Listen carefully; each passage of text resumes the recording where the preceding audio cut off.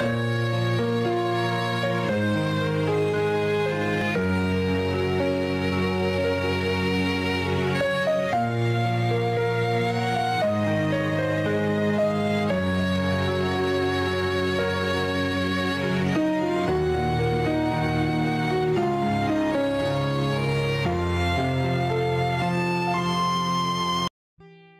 warahmatullahi wabarakatuh.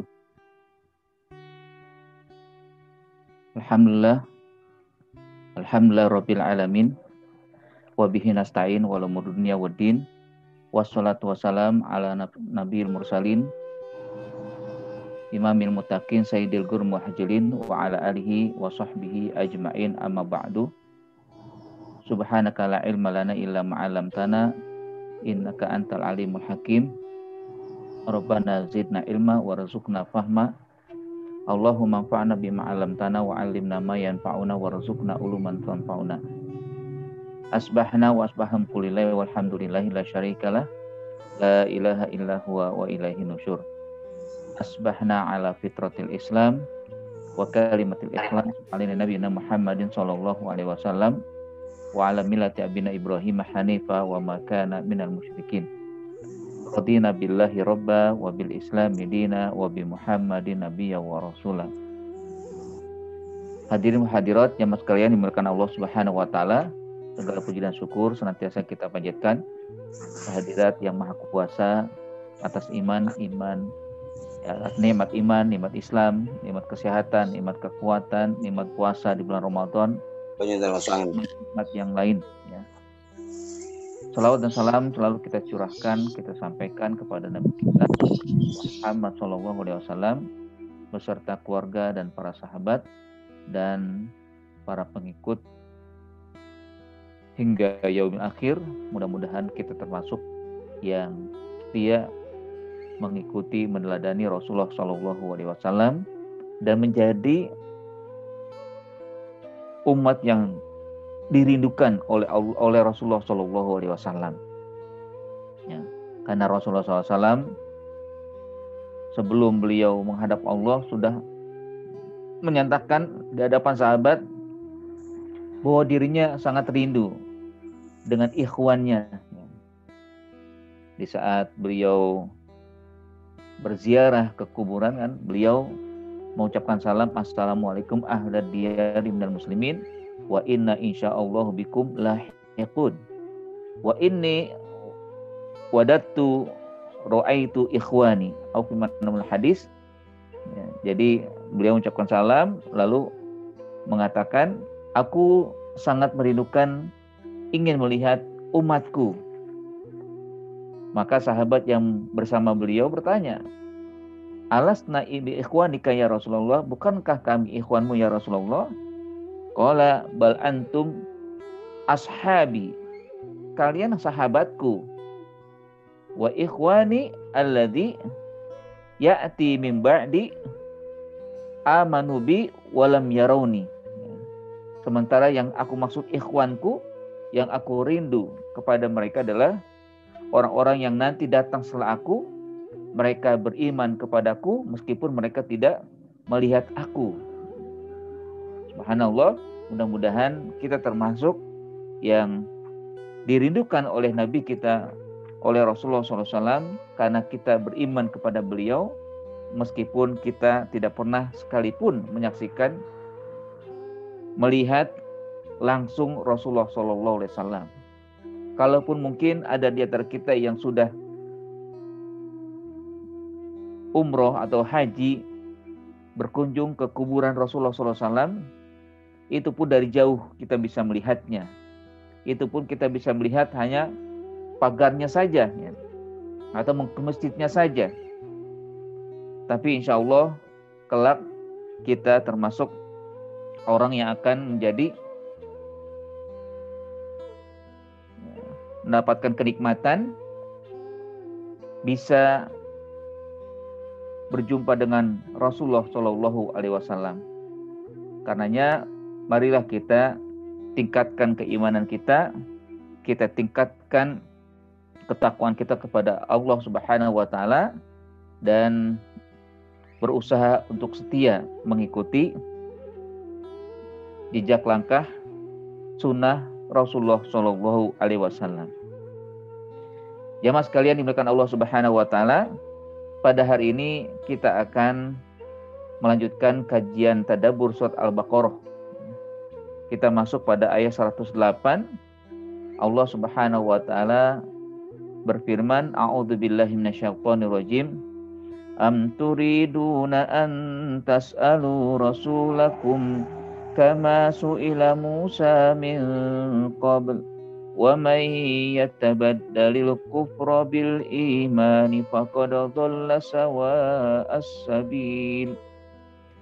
Apakah kamu menghendaki untuk meminta kepada Rasul seperti Bani Israel meminta kepada Nabi Musa alaihissalam pada zaman dahulu?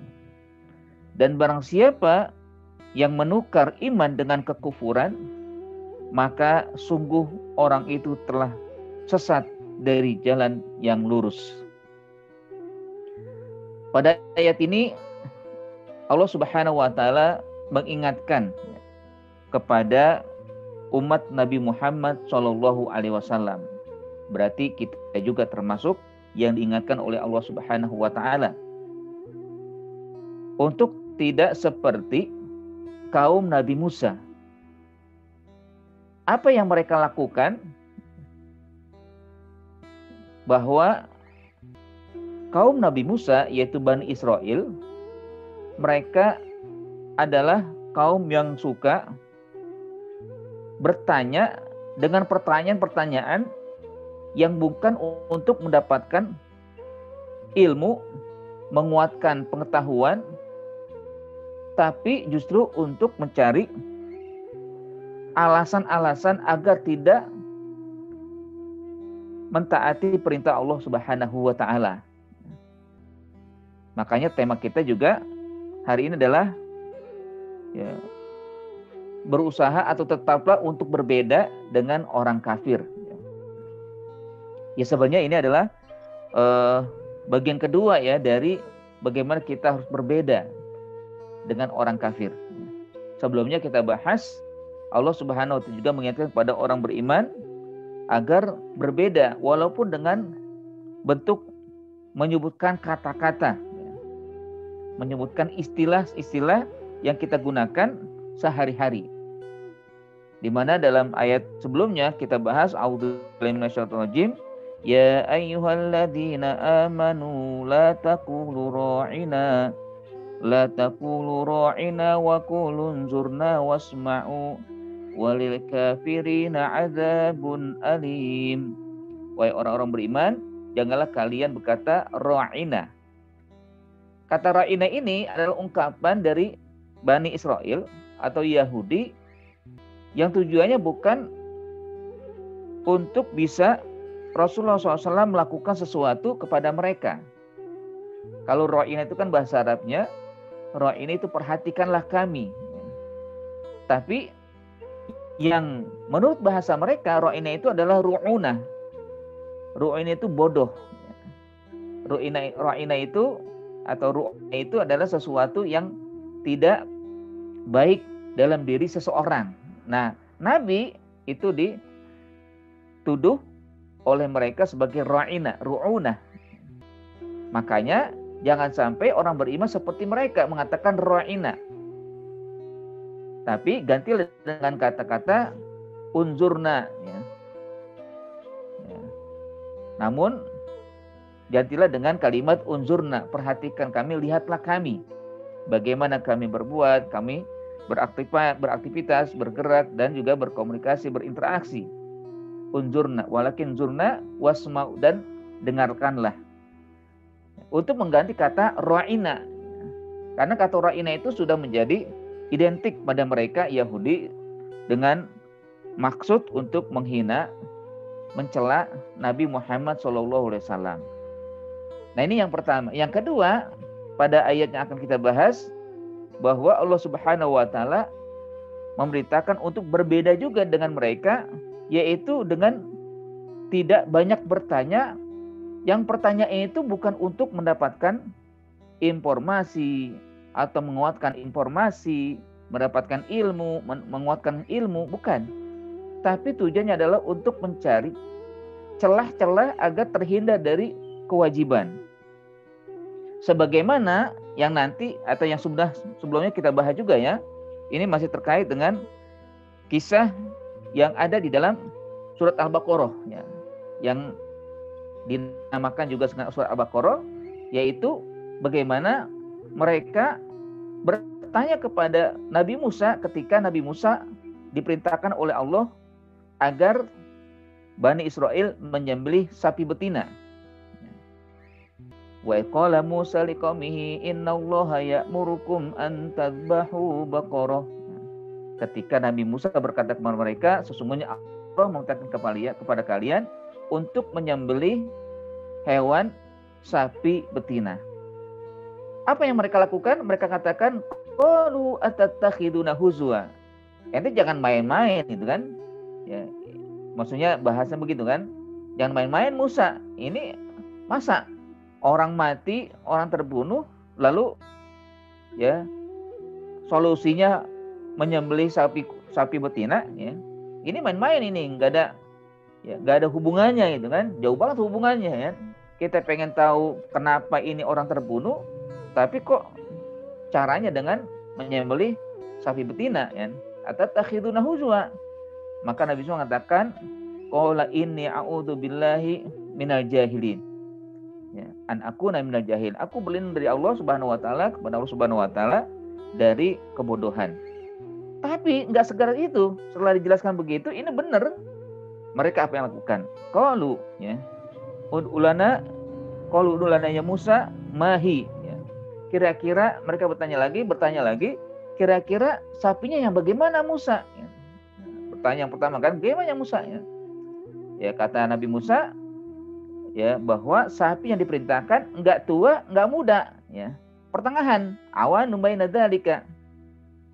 Ya. Ini kan susah nih nyari ya. Kalau misalkan sapi itu umumnya berapa usianya kan, misalkan 4-5 tahun berarti di 2,5 tahun ya. Atau juga mungkin di bawahnya. Pokoknya dicari yang paling tengah ya. Enggak tua banget, enggak muda banget ya. Tapi enggak berarti begitu. Mereka bertanya lagi. Ya, qalu ulana rabbaka yubayyin lana ma launuha.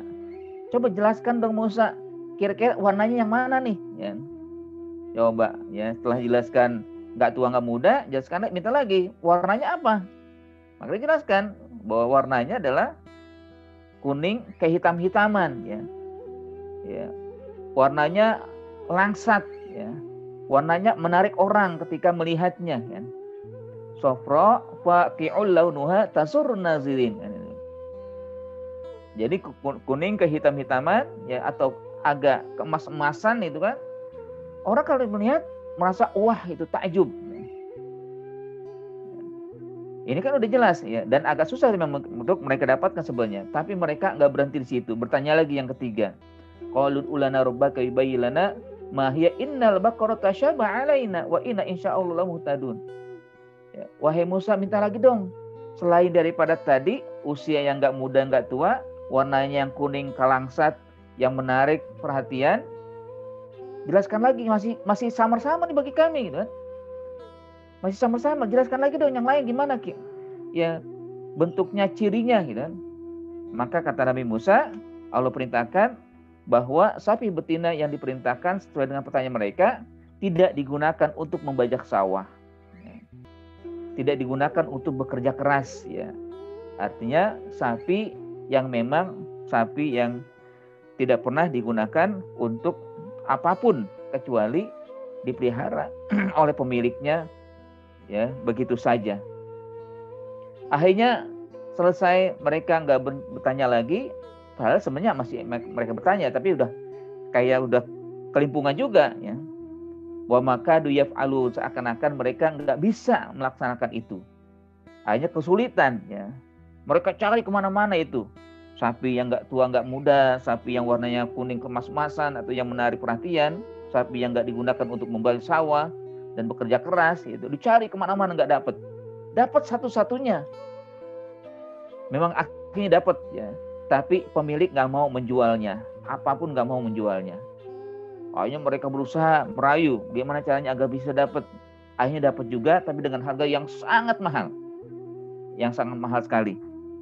Nah itu akhirnya menyebabkan mereka yang awalnya sebenarnya bukan untuk bertanya lalu mendapatkan informasi yang akurat, tapi sebenarnya mereka untuk menghindar. Ya. Kalau Nabi Musa nggak menjawab, berarti kan nggak ada wajib ini, main-main doang gitu kan. Makanya akhirnya Allah Subhanahu Wa Taala memberikan kepada mereka hal tersebut, dan tentunya ketika dijawab mereka kesulitan.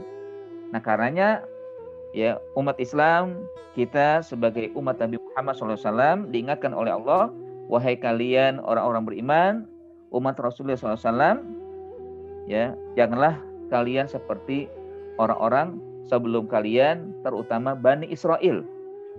Anturiduna antas'alu, apakah kalian mau bertanya atau menginginkan selalu bertanya kepada Rasul kalian, ya. Amturidun itu artinya ya, apakah kalian ingin atau selalu, ya. Jangan sampai turidun itu kan perbuatan yang terus menerus, ya. Perbuatan yang selalu kalian lakukan itu. Karena fiilnya fiil mudhari, ya. Amturiduna, apakah kalian akan ya selalu bertanya atau menginginkan antas'alu bertanya rasulakum itu kepada Nabi Muhammad SAW. Kum itu kalian, yaitu kita sebagai umat Nabi Muhammad, kama su'ila, sebagaimana yang dilakukan atau yang ditanya ya Nabi Musa min qabl, sebelum, ya, atau dari di masa dahulu, ya, sebelum kalian. Nah ini hakikatnya. Nah tentunya juga apakah memang kalau kita perhatikan dari ayat ini memang harus begitu, ya. Apakah memang kita tidak boleh bertanya sama sekali? Nah ini juga perlu kita klarifikasi, ya.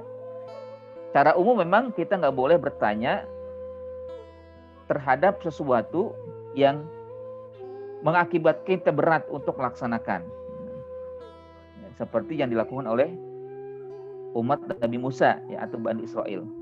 Secara umum juga kita tidak boleh bertanya yang hanya ketika ada jawaban, maka jawaban itu membuat kita tidak bisa atau berat untuk melaksanakannya. Ketika ada perintah, sudah laksanakan saja.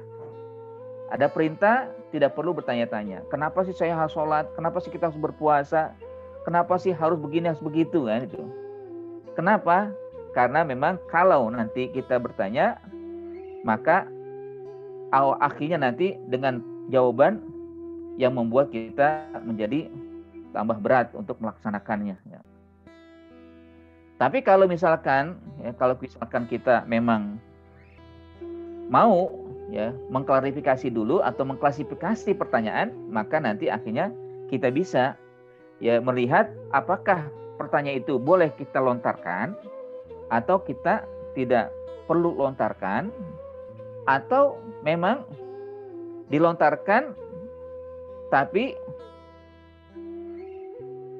apa yang kita lakukan ini tidak bermasalah, ya. Bahkan bisa jadi menjadi wajib kalau kita harus melontarkan pertanyaan, ya. Jadi dalam Islam itu pertanyaan itu terbagi pada 3. Pertama, pertanyaan sifatnya wajib.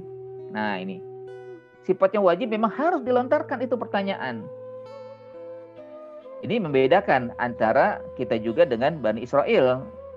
Kalau mereka bertanya tidak wajib, tapi mereka lontarkan itu kan.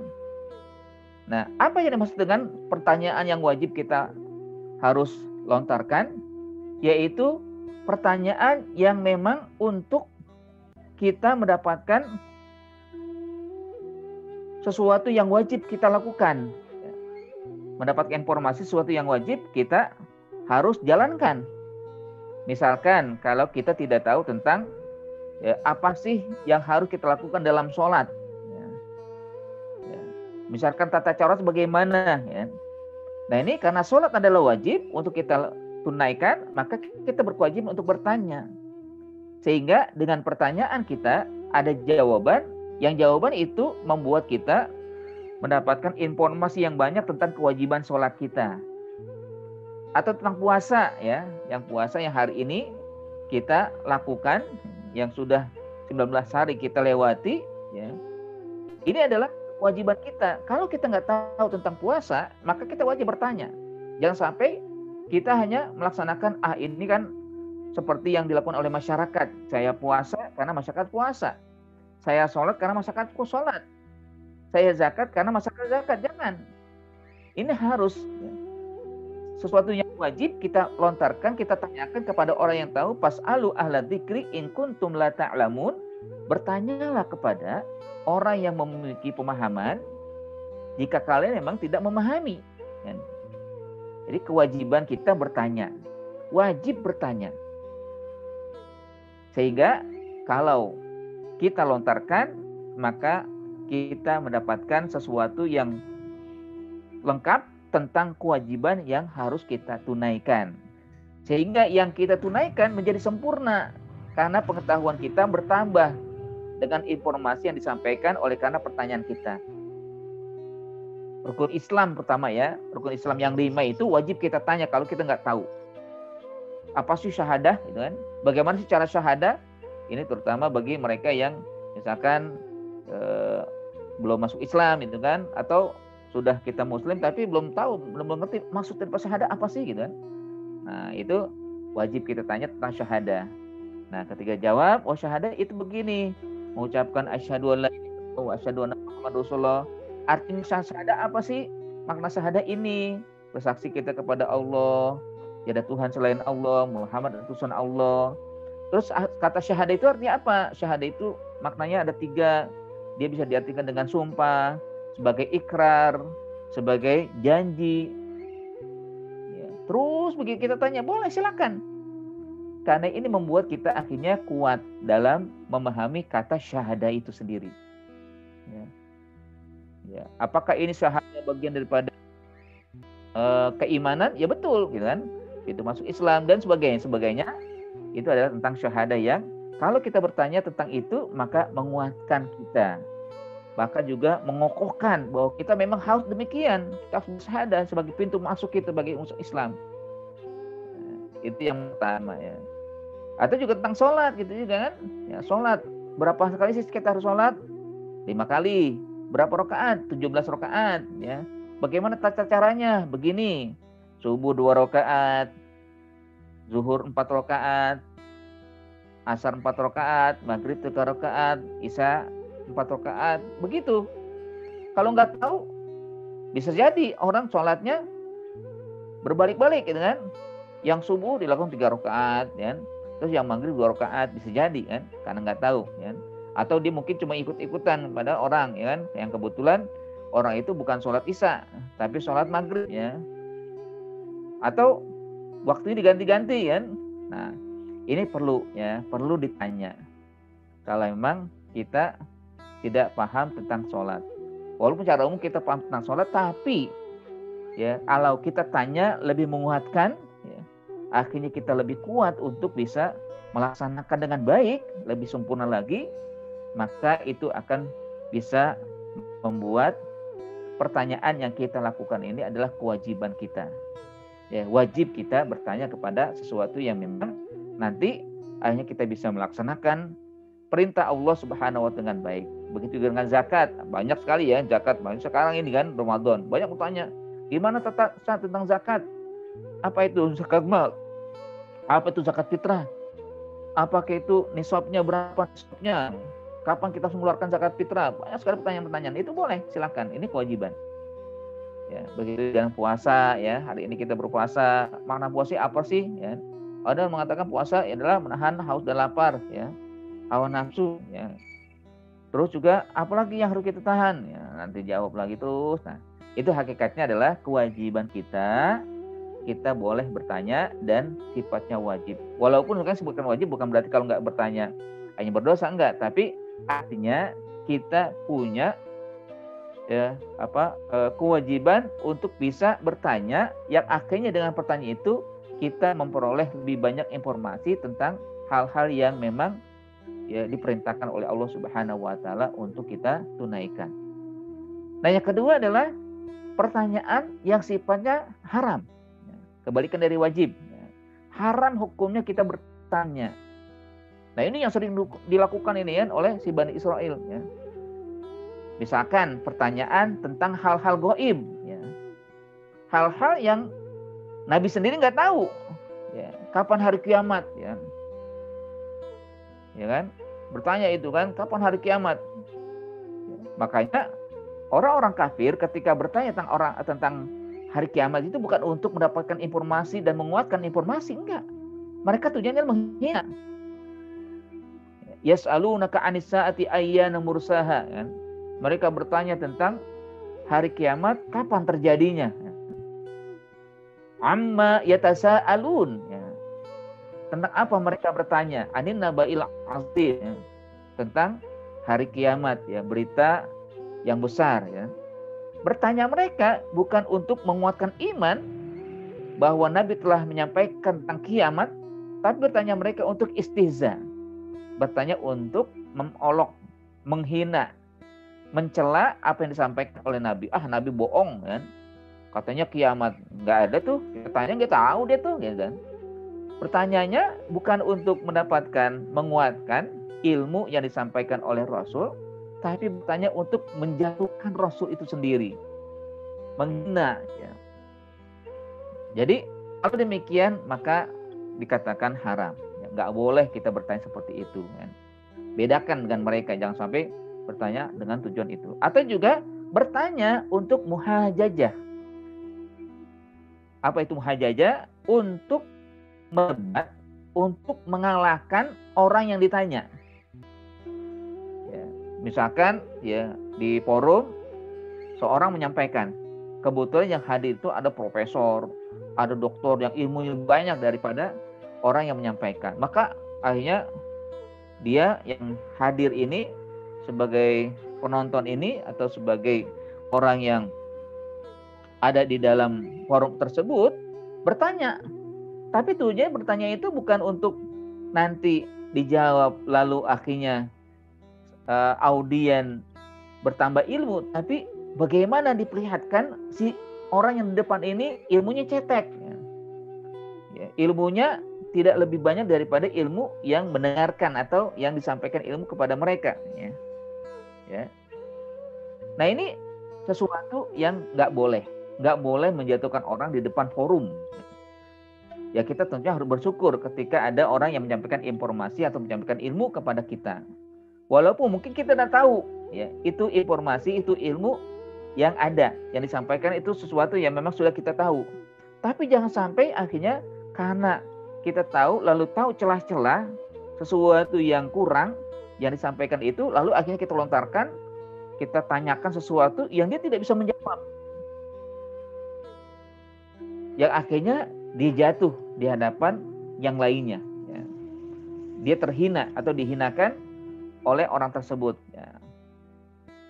Sehingga keluar orang nggak punya ilmu kok nyampaikan ilmu kan itu kan. Ya. Nah ini nggak boleh. Nah ini haram hukumnya. Ya. Contoh dari yang diharamkan Allah SWT bertanya sesuatu tentang hal yang akhirnya pertanyaan itu menjatuhkan orang yang ada di hadapannya dalam rangka dia menyampaikan informasi atau menyampaikan ilmu, walaupun ilmu tidak sebanyak orang yang ada di dalam forum tersebut. Ya. Kan kewajiban kita adalah menyampaikan sesuatu walaupun cuma satu ayat. Ya. Kata Nabi SAW, balighu anni walau ayat. Sampaikan aku walaupun cuma satu ayat. Ya. Nah kita kewajiban itu kan. Nah ketika kita sampaikan, yang memang hadis itu mungkin lebih banyak ayatnya, punya pengetahuan lebih banyak, mungkin dia punya 100 ayat, atau 200, atau sampai satu Quran, jangan sampai yang punya lebih banyak itu meremehkan orang yang menyampaikan walaupun dia cuma suatu ayat, ya itu kan maksudnya. Atau juga dalam ayat tadi dikatakan, ya dalam hadis katakan, ya kamu balighin au'a, ya intinya ya dari itu betapa banyak orang yang menyampaikan itu tidak lebih tahu dari orang yang disampaikan. Ya. Kan muballighin au'a mimman min muballighin, ya. Betapa banyak orang yang sedang mendengar informasi itu lebih tahu daripada orang yang sedang menyampaikan. Ya. Memang begitu, tapi bagi kita, bagi seseorang yang punya ilmu tidak boleh ya, menjatuhkan orang yang sedang menyampaikan yang ilmunya mungkin lebih sedikit dari kita, ya. Udahlah, hormat aja, ya. Berikan kesempatan dia untuk menyampaikan. Inilah ladang dia.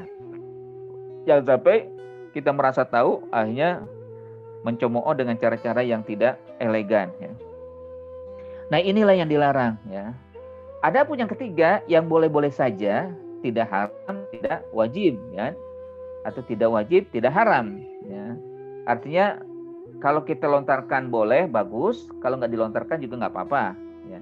Misalkan, ya, contohnya kan, ya, di dalam forum kita lebih tahu sebenarnya dari informasi, tapi ada orang yang sebenarnya nggak tahu informasi atau belum sampai informasi itu, atau belum paham-paham, ya. Misalkan sampaikan ayat, kan biasanya kan di dalam forum itu ada banyak orang, ya. Apakah 10 orang, 20 orang, 30 orang, kan nggak semua satu pemahaman, bisa jadi, kan. Ada orang yang cepat mendapatkan pemahaman, ada yang lambat mendapat pemahaman. Artinya mungkin ya harus berkali-kali diulang-ulang, gitu kan, ilmu itu biar paham, gitu kan. Nah, orang yang paham melihat seseorang yang tidak paham, ya. Ketika dilontarkan oleh seorang guru ilmu itu, lalu ditanya siapa yang mau bertanya, ya. Sementara yang paham sudah paham, ya, itu nggak perlu bertanya, gitu kan. Tapi yang nggak paham atau belum paham sama sekali harusnya bertanya, tapi dia mungkin pertama malu, ya, atau mungkin tidak mampu melontarkan kata-kata. Kalau melontarkan kata akhirnya berantakan, itu kan. Nggak bisa lah gitu untuk melontarkan kata-kata. Sebenarnya dia nggak paham, ya. Tapi untuk bertanya sulit, ya. Nah, akhirnya yang sudah tahu, ya, yang sudah paham boleh lontarkan pertanyaan yang tujuannya adalah nanti ketika ada jawaban dari seorang guru, ya, dijelaskan lagi, akhirnya yang belum paham tambah paham, ya. Tidak paham oleh karena pertanyaan dari orang yang paham lalu dijawab oleh guru, dan guru memberikan jawaban, dan jawaban itu akhirnya menegaskan atau juga membuat yang belum paham menjadi paham. Nah, ini artinya mustahab, dibolehkan, ya, atau dianjurkan, ya. Subhanallah, Islam begitu indah, ya. Bagaimana Islam itu mengatur. Memang bertanya adalah sesuatu yang dibolehkan atau yang menjadi wajib. Bahkan dalam satu kalimat dikatakan as-su'al nisful ilmi. Bertanya itu adalah setengah ilmu, ya. Tapi tujuannya harus kita perhatikan, ya. Ya, kalau misalkan dalam forum ini bertanya, silakan aja bertanya, ya. Kalau saya tahu akan saya sampaikan, ya, informasinya. Kalau nggak tahu, ya nanti saya akan katakan saya tidak tahu. Ya, sesungguhnya juga orang yang ditanya itu tidak perlu malu, ya. Kalau yang nggak tahu, sampaikan aja nggak tahu. Imam Malik saja ketika tanya 10 pertanyaan ditontonkan kepada Imam Malik dan dia tidak malu mengatakan saya tidak tahu. 9 kali dia menjawab saya tidak tahu. Satu yang disampaikan dijawab karena dia tahu akan hal tersebut, ya. Tapi yang bertanya pun harusnya tahu diri, jangan sampai hanya untuk menjatuhkan lalu dia akhirnya bertanya, dan ketika dia bertanya maka orang yang ditanya merasa malu, ya. Baik, dalam ayat yang lain juga disebutkan oleh Allah Subhanahu wa taala, surat Al-Maidah, ya, ayat 101.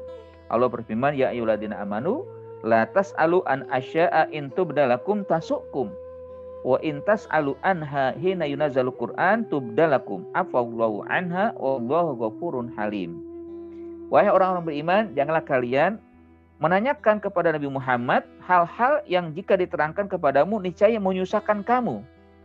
Dan jika kamu menanyakan di waktu Al-Quran itu sedang diturunkan, niscaya akan diterangkan kepadamu. Allah memaafkan kamu tentang hal-hal itu. Allah Maha Pengampun lagi Maha Penyantun, ya. Makanya di sini adalah kalian bertanya sesuatu yang belum terjadi, karena boleh jadi sesuatu yang itu diharamkan karena adanya sebuah pertanyaan, ya. Dalam hadis Nabi SAW bersabda, sungguh orang Muslim yang kesalahannya paling besar adalah orang yang bertanya tentang sesuatu yang belum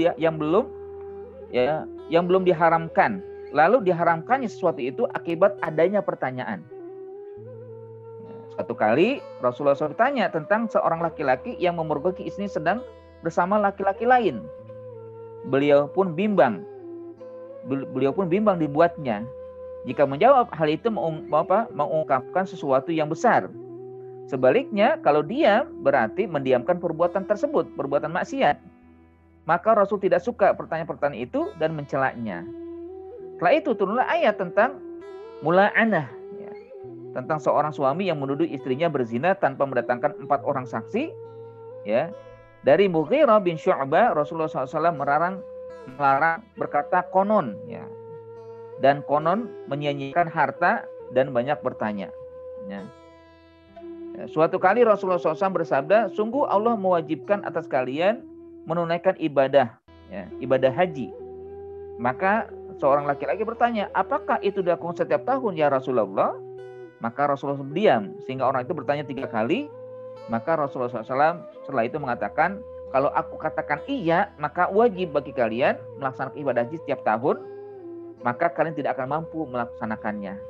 Coba kalau saat itu ditanya, lalu Nabi menjawab, iya, maka kita tidak akan pernah bisa, atau bisa jadi katakan kita selalu akan berbuat dosa, karena tidak bisa sholat, tidak bisa haji setiap tahun.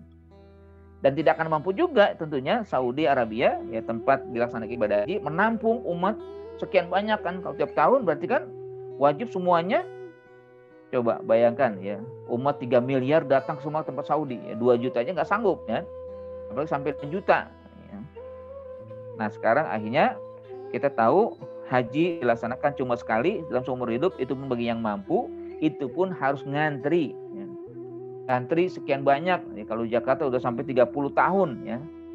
Tunggu 30 tahun ke depan baru bisa haji. Ngantri. Ya. Kenapa? Kalau nggak diantrikan, nggak akan sanggup, ya, Mekah untuk menampung umat Islam yang berhaji. Ya, maka kata Nabi, zaruni ma taraktukum, tinggalkan apa yang aku biarkan, ya. Jangan ditanya-tanya. Udahlah. Ya, kalau nggak dijelaskan jangan ditanya-tanya, ya. Ya. Fa inna ma ahlakal ladzina min qablikum kasratu masailihim wa ikhtilafuhum ala anbiyaihim. Sungguh kehancuran kebinasaan umat sebelum kalian karena banyak bertanya, ya.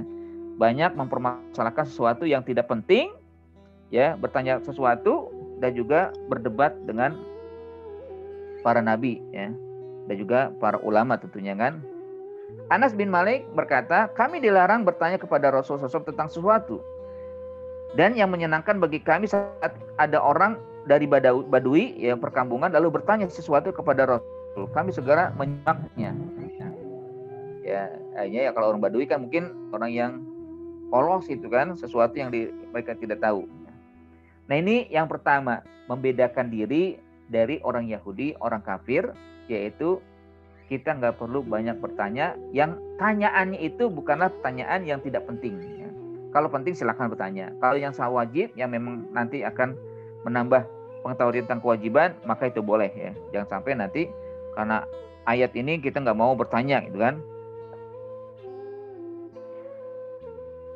Nah yang kedua dari ayat ini adalah membedakan kita dengan orang kafir, yaitu jangan sampai menyia-nyiakan iman. Allah mengatakan, "May yatabaddalul kufra bil iman faqad dhalla sawa as-sabil."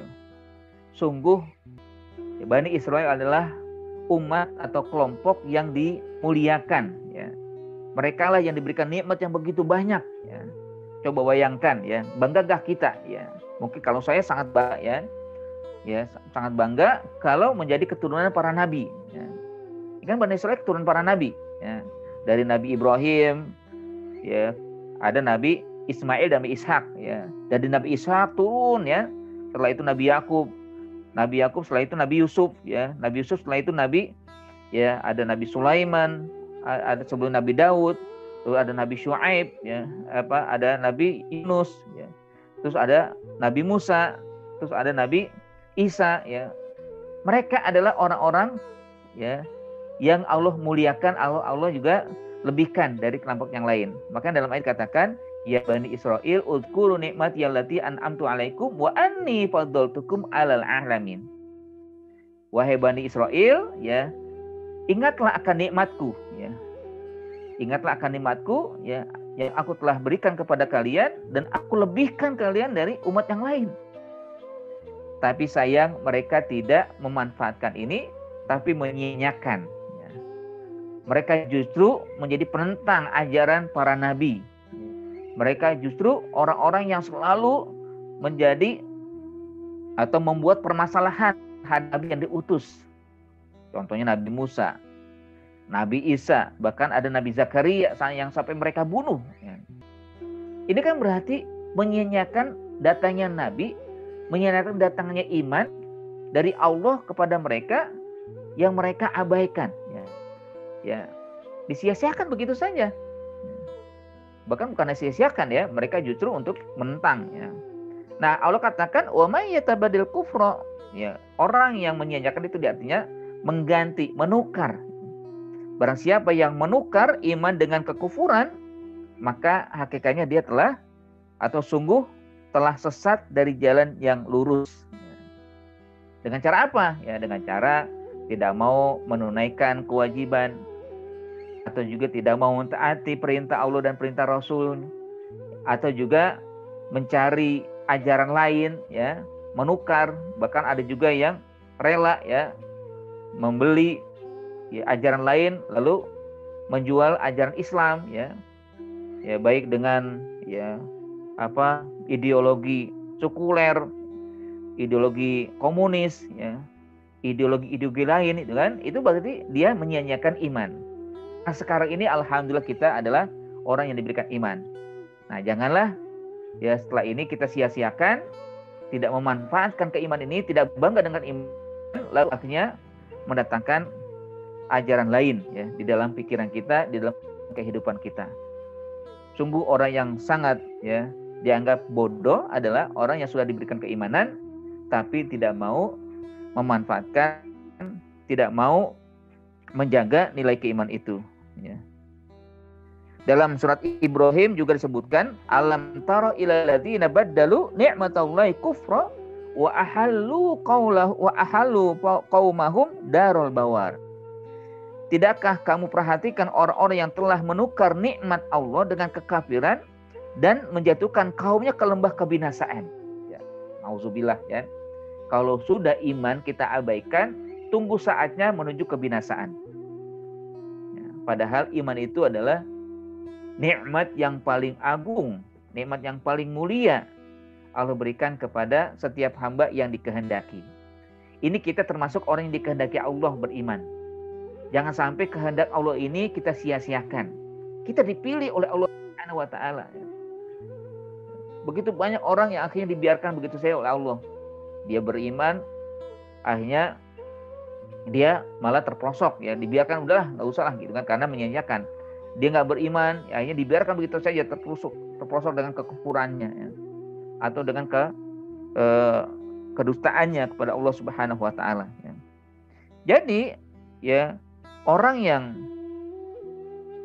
buruk adalah, orang yang bodoh adalah orang yang tidak mau memanfaatkan, tidak mau menjaga keimanan yang telah Allah berikan, justru malah mereka mengganti dengan kekufuran. Baik menggantinya itu dalam bentuk harta, ya dalam bentuk harta, atau juga dalam bentuk ideologi, ya, atau dalam bentuk yang lain, ya. Nah, ini sesungguhnya adalah sesuatu yang hina, ya. Kalau kita diberikan harta, itu paling batasnya sampai usia yang kita diberikan, ya. Nah, harta itu apakah nanti harta itu yang meninggalkan kita atau kita yang meninggalkan harta? Jabatan paling batasnya ya 5x2 ya, atau mungkin dilebihkan 3 ya. Jadi 15 tahun ya. Nggak akan dibawa sampai kubur. Kalau diberikan ya nikmat nikmat anak juga demikian. Anak nggak akan bersama kita nanti di kuburan ya, kalau kita memang sudah meninggal ya. Semua itu nisbi, semua itu terbatas, ada batasnya. Tapi kalau iman, dialah yang akan menyertai. Ya, dalam satu hadis disebutkan bahwa kelak seorang yang meninggal dan di dirinya dalam ada keimanan, maka Allah akan ambil ya rohnya, Allah minta diperintahkan kepada malaikat untuk membawanya ke langit, ya, untuk dilihat oleh Allah, walaupun Allah Maha melihat, Allah Maha tahu, ya. Nah, ketika dibawa ruhnya orang beriman itu, maka sampai di langit itu malaikat mencium dengan harumnya, ya. Lalu mereka mengatakan, mayat siapakah ini? Begitu harumnya, seperti harum kasturi. Inilah kata mereka yang membawa, ya, mayat orang beriman, ruh orang yang beriman, ya. Maka Allah perintahkan bahwa lalu aku sudah tahu, kembalikan dia ke tempatnya di mana nanti dia diciptakan, di situ juga akan dibangkitkan, maksudnya di bumi. Akhirnya diletakkan kembali, dan setelah itu datanglah malaikat yang bertanya, man rabbuka, man nabiyuka, ma dinuka, ya. Akan ditanya seperti itu, ya. Dan ketika itu juga orang beriman ini akan didatangkan oleh seseorang atau sosok yang begitu sempurna, begitu indah, begitu memukau, sehingga dia bertanya, siapakah Anda? Aku adalah amalmu. Aku adalah orang yang diciptakan oleh Allah Subhanahu wa taala, sosok yang diciptakan oleh Allah Subhanahu wa taala untuk menemanimu sampai kiamat. Dan Allah setelah itu memberikan perintah kepada malaikat, lampangkan kuburnya. Jadikan kuburnya indah, seindah surga. Maka akhirnya orang tersebut begitu nyaman di dalam kubur, walaupun terlalu sempit, tapi sebenarnya dia mendapatkan kelegaan dan juga kelapangan, ya. Sehingga dia terus meminta kepada Allah, tidak perlu kiamat, udahlah di sini saja, ya. Tapi kebalikannya dengan orang kafir, nauzubillah min zalik, ya. Ketika orang kafir meninggal, dia diangkat ruhnya, dinaikkan ke atas, maka malaikat-malaikat bertanya, siapakah ini? Baunya busuk sekali, busuk sekali, ya. Maka Allah Subhanahu wa taala perintahkan, ini saat aku udah lihat, kembalikan dia di tempat dia hidup dan nanti akan dibangkitkan. Maka dikembalikan ke bumi, ke kubur. Lalu datanglah sosok yang begitu, ya, memuakkan, ya, tidak menyenangkan. Dia bertanya, siapakah Anda? Aku adalah amalmu selama di dunia. Ya, karena kufur, karena tidak beriman, ya sangat buruk, ya, sangat menjijikan, ya. Akhirnya Allah katakan, sempitkanlah dia. Ya, ketika datang yang bertanya, man rabbuka, madinuka, ya, dan pertanyaan lain, kan mereka nggak bisa menjawab. Aku hanya melakukan seperti yang dilakukan oleh, ya, orang lain, ya. Ngikut-ngikut saja, kan. Akhirnya dia disempitkan kuburnya, tidak mendapatkan apa-apa, dan dia minta kalau bisa kuburnya langsung saja, ya Allah, cepat kuburan, ya, cepat kiamat terjadi.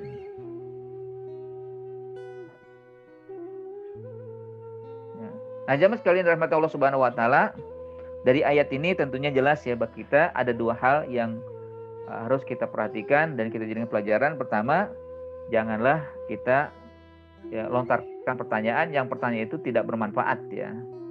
Ya, kalau tidak bermanfaat, percuma, ya, kita lontarkan pertanyaan. Kalau emang tujuannya untuk menguatkan ilmu pengetahuan atau untuk bisa memahami hal yang wajib kita tunaikan, maka silakanlah bertanya. Yang kedua, jangan sia-siakan iman yang telah Allah berikan kepada kita. Termasuk sekarang kita di bulan Ramadan ini, ada kesempatan yang berharga. Kesempatan yang sangat baik kali, jangan kita sia-siakan, ya. Ya, walaupun saat ini kita, ya, diberikan oleh Allah Subhanahu wa taala dalam kondisi pandemi, ya, tapi tetap kita manfaatkan sebaik-baiknya. Mudah-mudahan kita bisa beroleh apa yang telah dijanjikan oleh Allah dan juga dijanjikan oleh Rasulullah SAW. Baik mendapatkan pahala yang berlipat ganda, mendapatkan ampunan, mendapatkan rahmat, mendapatkan itqun minan nar, ya, atau juga mendapatkan pintu surga ar-rayyan, ya, dan janji-janji yang lain yang begitu banyak. Ketika kita berada di bulan Ramadan, Allah Subhanahu wa taala mengobral segala janjinya untuk orang yang ada di dalam bulan Ramadan. Jangan sia-siakan ini. Terutama nanti kita menjelang, ya, Asyrul Awakhir, dan di Asyrul Awakhir ada salah satu malam, ya, atau satu malam yang lebih baik dari 1000 bulan, ya, yaitu Lailatul Qadar. Maka manfaatkanlah. Man qoma Ramadana, man qoma Lailatul Qadar, gitu kan. Barang siapa yang hidupkan malam Ramadan, barang siapa yang hidupkan malam Al-Qadar, iman wa ihtisaban, ghufira lahu ma taqaddama min dzambi. Ya, bagi siapa yang menghidupkan malam Ramadan, artinya dia tidak tidur kecuali sedikit, ya. Wabil ashari hum yastaghfirun, di dalam waktu sahur dia memohon ampun kepada Allah, maka niscaya akan ya didapatkan ampunan dari Allah, hilang dosa-dosa yang lalu, ya. Terlebih lagi juga dalam bulan Ramadan ada kesempatan kita untuk meraih derajat yang sangat mulia di sisi Allah Subhanahu wa taala. Nah, jamaah sekalian, itu mungkin yang dapat ya saya sampaikan. Kita ambil pelajaran dari ayat 108 tentang tetaplah berbeda dengan orang kafir, ya, terkait dengan tidak banyak bertanya sesuatu yang akhirnya pertanyaan itu membuat kita dicela oleh Allah Subhanahu wa taala tentang yang diharamkan, tidak boleh bertanya tentang sesuatu yang belum terjadi, ya, dan lain-lain, ya, yang sifatnya adalah untuk mencari sesuatu alasan yang tujuannya mengelak atau hal-hal yang sulit, ya, untuk dijelaskan. Baik, itu saja. Nah, yang kedua juga bagaimana kita pertahankan iman yang Allah telah berikan. Apa kondisi yang sedang berlangsung terjadi, maka tidak perlu kita risaukan, ya. Intinya adalah iman itu yang lebih baik. Kalaupun mungkin kondisi sangat sulit, tapi kita bangga dengan iman yang sudah Allah berikan kepada kita. Wallahu a'lam bishawab. Itu saja. Aku qouli hada wa astaghfirullah lakum. Assalamualaikum warahmatullahi wabarakatuh. Waalaikumsalam.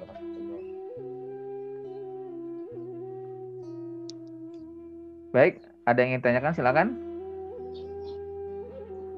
Ya. Assalamualaikum. Ya. Ustaz, izin bertanya, San. Ya, sama-sama. Ini mau nanya ini, San. Kaidah bahasa Arabnya mungkin, Ustaz. Ya. Ya, pada kalimat wa may yatabaddalil kufra bil iman. Ya. Kalau artikan perkata itu, dan siapa yang mengganti kekufuran dengan keimanan, kebalik deh, Ustaz. Ini secara kaidahnya seperti apa, Ustaz? Terus apa hikmahnya, apa dibalik susunan kata seperti ini, itu, Ustaz? Ya, kalau ya memang kalimat bahasa Arab itu kalau cara bahasa, ya, diartikan dengan barang siapa yang menukar kekufuran dengan keimanan, ya. Ya. Ya. Tapi dalam tafsir Ibnu Katsir, beliau menyampaikan orang yang membeli kekufuran sebagai pengganti keimanan telah menyimpang dari jalan yang lurus menuju kebodohan dan kesesatan. Artinya kan gini, setiap orang yang lahir kan dalam iman, ya kan? Sebagaimana yang kita tahu dalam hadis Nabi, kullu mauludin yuladu alal fitrah, kan? Yang nanti ketika perjalanannya dia tidak mempertahankan iman itu, apakah karena keluarga atau karena kebodohan, ya, karena ketidakpengetahuan, ya, dan sebagainya, sehingga akhirnya lama-lama dia mengganti itu iman itu. Ya, bisa jadi karena dia tidak pengetahuan, ya, tidak mengetahui, tidak memahami, atau karena memang karena lingkungan, ya. Nah, akhirnya itu dia menjadi orang yang sesat, ya, faqaddol nasawa sabil. Yang kedua, oleh karena misalkan dia sudah dewasa, sudah tahu tentang iman dan kufur, tapi lebih mengutamakan kekufuran. Nah, itu termasuk orang yang akhirnya dianggap membeli kekufuran sebagai pengganti keimanan. Ya. Membeli. Nah, ya. Ini pola kalimat apa nih, Ustaz, yang kayak gini? Ya, sebenarnya kan pola kalimatnya ini artinya orang, ya, Allah Subhanahu wa taala ingin menegaskan bahwa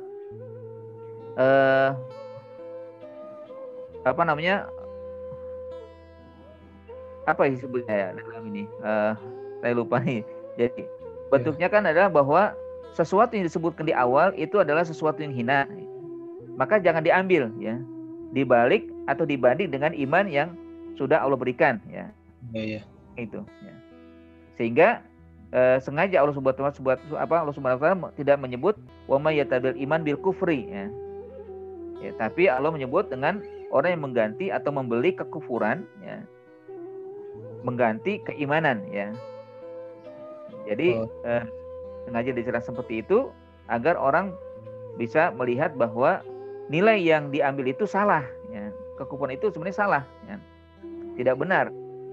Bahwa yang lebih baik adalah dia tetap beriman atau menjaga keimanannya.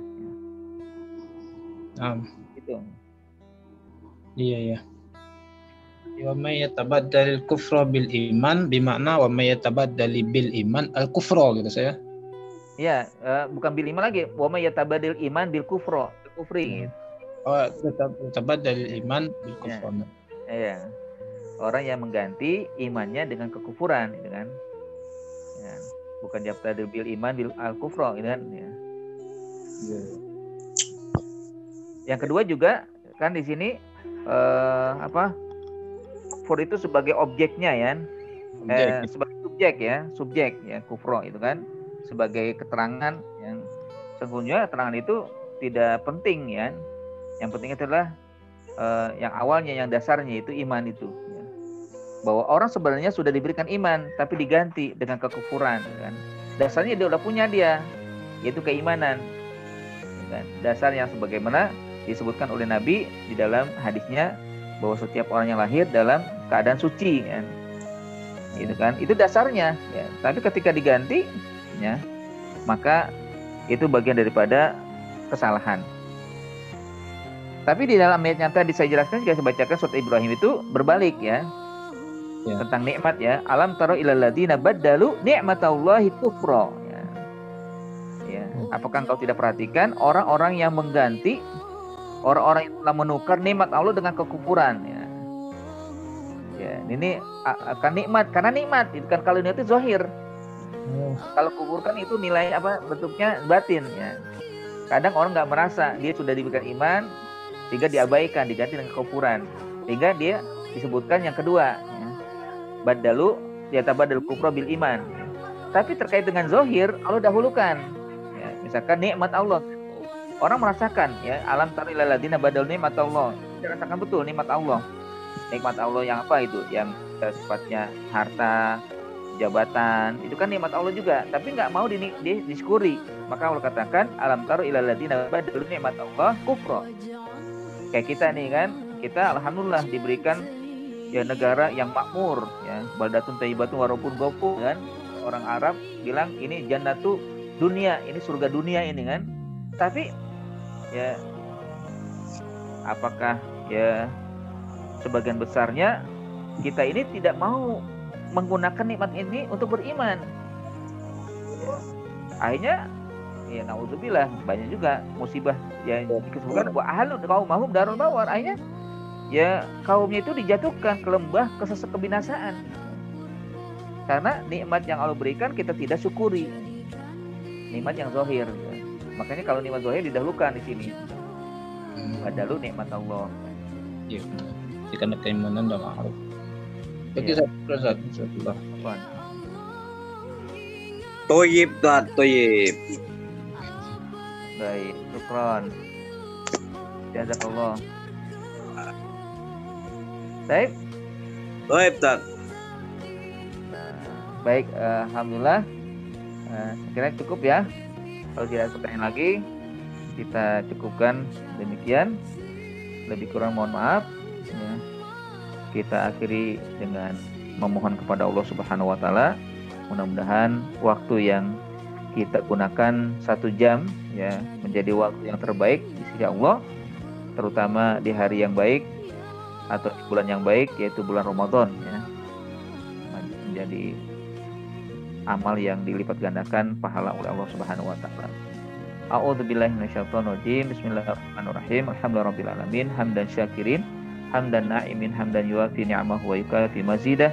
Ya Rabbana lakal hamdu kama yanbaghi li jalali wajhikal karim wa 'azimi sultanik. Allahumma shalli ala sayyidina Muhammad. Allahumma ighfir lana wa liwalidina warhamhum kama rabbawna shaghara. Allahumma innaka 'afuwun karim tuhibbul 'afwa fa'fu anna ya karim. Allahumma inna nas'aluka ridhaka wal jannah wa na'udzubika min sakhatika wan nar. Allahumma a'izzal islam wal muslimin wa adhil syirka wal musyrikin ودمر أعداءك أعداء الدين اللهم انصر إخواننا المسلمين المجاهدين في فلسطين اللهم انصر إخواننا المسلمين المستضعفين في كل مكان برحمتك يا أرحم الراحمين اللهم اجعلنا من المتقين في شهر رمضان واجعلنا من المتقين بعد شهر رمضان يا الله يا اللهم ارزقنا ليلة القدر اللهم ارزقنا ليلة القدر اللهم ارزقنا ليلة القدر إنك على كل شيء قدير inna anta arhamar rahimin rabbana atina fid dunya hasanah wa fil akhirati hasanah wa qina adzabannar wa sallallahu sayyidina Muhammadin wa alihi wasallam walhamdulillahi rabbil alamin. Alhamdulillahi rabbil alamin. Kita akhiri dengan kafarat majlis. Subhanakallahumma wa bihamdika asyhadu an la ilaha illa anta astaghfiruka wa atubu ilaik. Syukran lakum. Assalamualaikum warahmatullahi